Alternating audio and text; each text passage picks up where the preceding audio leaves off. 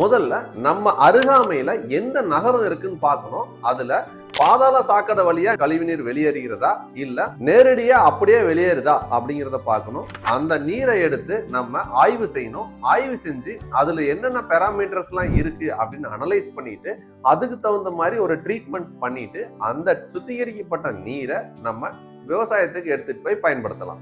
இந்த மாதிரி திட்டங்களை நீங்க செயல்படுத்துவதற்கு சில வழிமுறைகள் இருக்கு. அது என்ன அப்படின்னு பார்த்தோம் அப்படின்னா, ஃபர்ஸ்ட் நீங்க ஒரு கூட்டமைப்பா இருக்கணும். என்ன காரணம் அப்படின்னா, ஒரு தனிநபர் தன்னுடைய தோட்டத்துக்கு மட்டும் விவசாயத்துக்கு தண்ணீர் எடுத்துட்டு வர முடியாது. இதுவே ஒரு கூட்டா இருந்தீங்க அப்படின்னா கூட்டா சேர்ந்து கம்மியான செலவுல தண்ணீர் எடுத்துட்டு வந்து பயன்படுத்த முடியும்.